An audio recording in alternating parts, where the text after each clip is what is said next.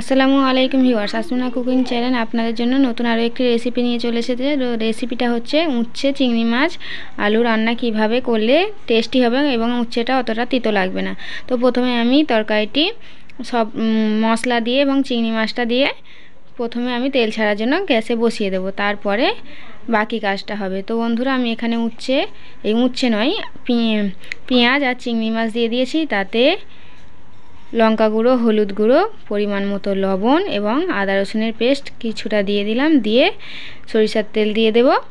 আপনারা ঝালের পরিমাণটা আপনাদের অনুযায়ী নিয়ে নেবেন। আমি এখানে সরিষার তেল দিয়ে দিলাম।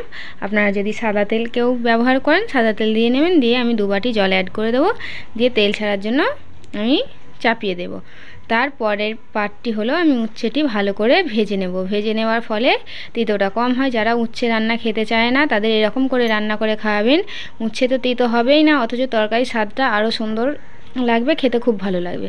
তো আমি শুধু লবণ দিয়ে এখানে উচ্ছেটা ভালো করে ভেজে নেব লাল করে, আর কিছু দেব না। তো আমার ওদিকে উচ্ছে ভাজাটা হয়ে গিয়েছে, এদিকে তরকারিটি মনে হয়ও তেল ছেড়ে দিয়েছে। তো তেল ছাড়ার পরে আমি এখানে জিরা আর মরিচের গুঁড়ো দিয়ে দেবো আর ধনিয়া পাতা কুচি দিয়ে দেবো। দিয়ে ভালো করে একটু কষিয়ে নেব যাতে মাছের গন্ধটা না থেকে যায়। তো এভাবে কষানোর পর আমি আলু দিয়ে জল দিয়ে ঢাকা দিয়ে দেবো আলুটা সিদ্ধ হওয়া পর্যন্ত। তো দেখুন বন্ধুরা, আলুটা যতক্ষণ না সিদ্ধ হচ্ছে আমি খুলবো না।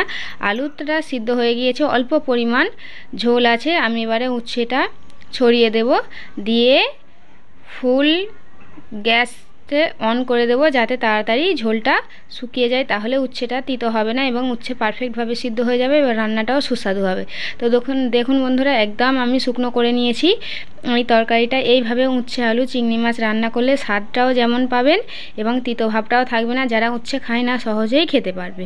তো একবার এই রেসিপিটা আপনারা বাড়িতে ট্রাই করে দেখবেন। তো বন্ধুরা, ভিডিওটি যদি ভালো লাগে লাইক কমেন্ট শেয়ার এবং অবশ্যই করে সাবস্ক্রাইব করে আমার চ্যানেলটির পাশে থাকবেন।